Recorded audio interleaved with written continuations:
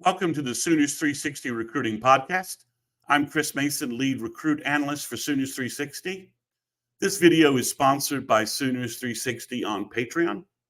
To support this video, please go to patreon.com/Sooners360-817 and click subscribe. It's only $2 a month. There's also a free trial option, and I'll be posting my regular recruiting content there moving forward. The link is also in the description below. And the Sooners 360 is part of the Believe podcast network. Every team, every topic, everywhere. This video covers the recent commitment to OU by 2025 wide receiver Emmanuel Choice. So Emmanuel is the most recent commitment. He committed on Sunday. And his recruiting process had OU out in front for most of it. He took official visits to Texas A&M and TCU, who both tried to make serious runs at Emmanuel. But Emmanuel has been to OU several times this spring since he received his offer, and OU was I think the first main big school to offer Emmanuel. OU's been his perceived favorite, again, pretty much since that offer occurred. And he's had the 6/21 barbecue weekend official visit set up for maybe 12 weeks, maybe a little bit more. So it's always been sort of established that OU was going to get the last shot at Emmanuel, that Emmett Jones had worked very, very hard to build a rapport with Emmanuel. And as we can see, Emmett Jones right now is on a hot string in terms of his wide receiver recruiting. And this is probably the first example of Emmett Jones' sort of high school connections from his coaching days, kind of giving him maybe a preview of a player to watch, sort of ahead of everybody else.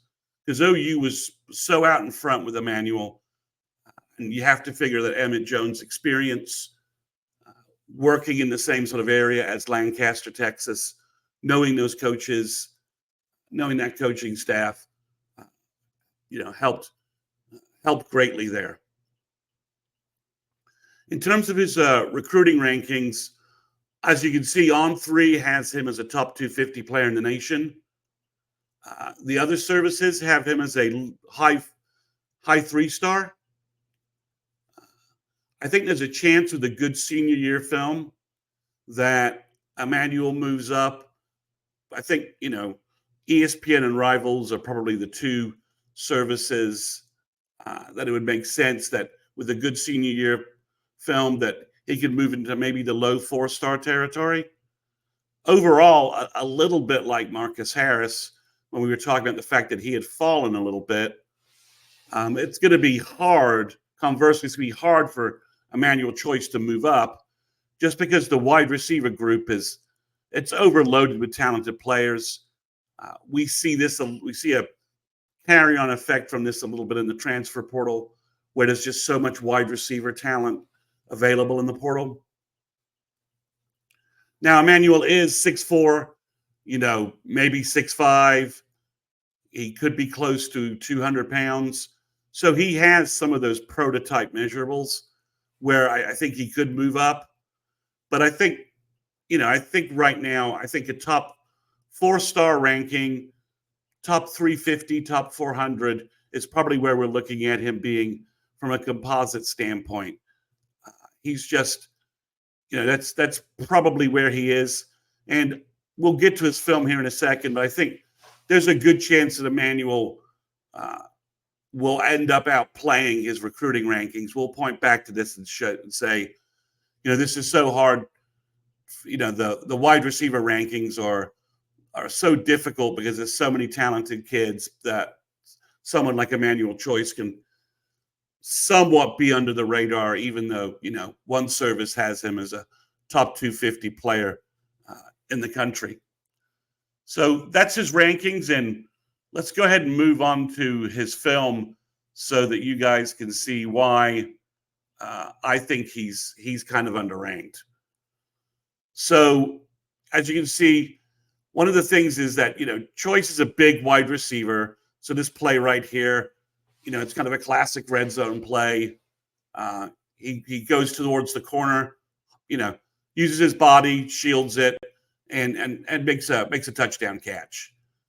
Again, another red zone play, kind of the classic kind of jump pass in the end zone. He bodies the smaller DB and high points the ball in the end zone for a catch. So just kind of, really, really kind of great sluggo there, slant and go, where he baits the DB and just wide open in the end zone.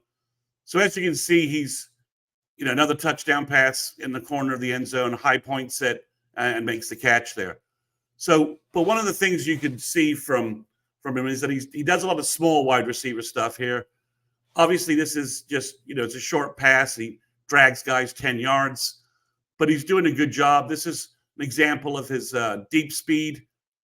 He has to wait on the ball there. Otherwise, that's a touchdown. He's past the DB.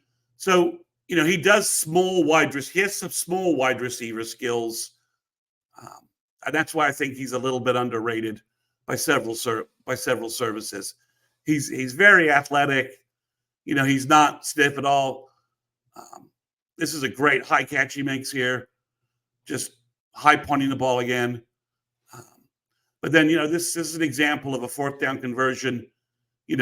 Makes a short catch, gets the extra yards, moves the chains in the red zone. So he's doing a good job with all of the wide receiver stuff. Here he's burying a guy on a block. So he's also very adept at doing those blocking tasks. Again, another deep pass where he's flashing his long speed. And then, his quarterback's in trouble. He's doing a good job of making himself presentable, stays on the sideline. So it's either the quarterback has the option to either, for Emmanuel only or throw the ball out of bounds. So then another good short route. He's just flashing good route skills and just good wide receiver fundamentals, along with just tremendous size. Here, again, breaks away. Quarterback doesn't hit him in stride, otherwise he'd be walking into the end zone. Doing a good job blocking here on a run play. So he just highlights a lot of overall skills. Again, another block here, just pancakes the poor DB. So he's not afraid to be physical. And then, nice slant here after the catch. He's just doing good, lots of wide receiver overall skills as opposed to just the big wide receiver stuff we expect. Nice route here to the sideline again, providing a target for his quarterback where it's only Emmanuel or no one gets the ball to keep the ball out of harm's way. Another slant here. He's just working the middle of the field. He's not just go routes and jump balls, which is sometimes what you expect from big receivers. You see there again, just another tight route. Here he's blocking again. You see him just take out the DB to set up the running game. So in terms of his highlights, I think he's great. I think you see a mix of skills and abilities. When I watch this highlight reel, I get kind of a strong comp for current Sooner wide receiver Nick Anderson. You could just, Nick has these abilities as well, to be the big receiver, but also to play all over the field and be an excellent target for his quarterback. So I think this film's great, and I think he's probably a little underrated in the rankings I just showed you. So what does this commitment mean for OU in terms of wide receiver recruiting? So he's the second verbal in a week, which gives OU 4 wide receivers in the class right now. And overall, Choice is a great addition to the previous 3 wide receiver group of Harris, and Thomas. When you look at the type of wide receivers of the group, Choice provides the big wide receiver complement to the other guys. Harris is a small, Harris is 5'9", 5'10". Marcus Harris is probably 6', 6'1", and Elijah Thomas is probably 6'1", 6'2". So then you provide a 6'5" guy as a great complement to him, kind of the classic big flanker.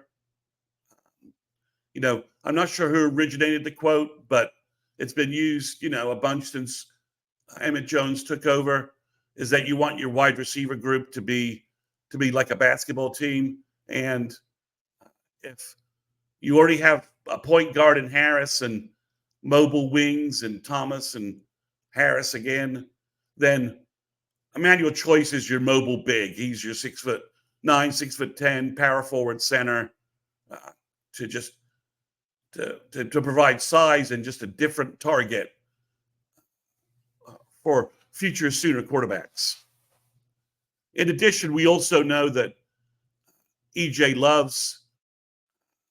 Emmett Jones loves big wide receivers. He's had a history developing big wide receivers, and we certainly saw that year over year with Nick Anderson and Jaden Gibson's seasons last year, which were huge improvements over the previous season. So, and Emmett Jones has big wide receivers in his coaching background before he got to OU. So we know Emmett loves big wide receivers, and we know Emmett gets the most out of them. So I think that kind of makes this edition even more interesting. In the past, OU was sort of a graveyard for big wide receivers. So it was kind of like, oh, okay, well, it was sort of Malcolm Kelly, and then, no big wide. It was all. Then after that, it was all slots and smaller wide receivers. With CeeDee Lamb, CeeDee Lamb is certainly, he's well built, but he's not like 6'5", 6'4". He's not like a big receiver. So, now we've got Emmett Jones, and it looks like, big wide receivers are going to be coached up and developed properly. So that I think makes Emmanuel an even bigger commitment pickup.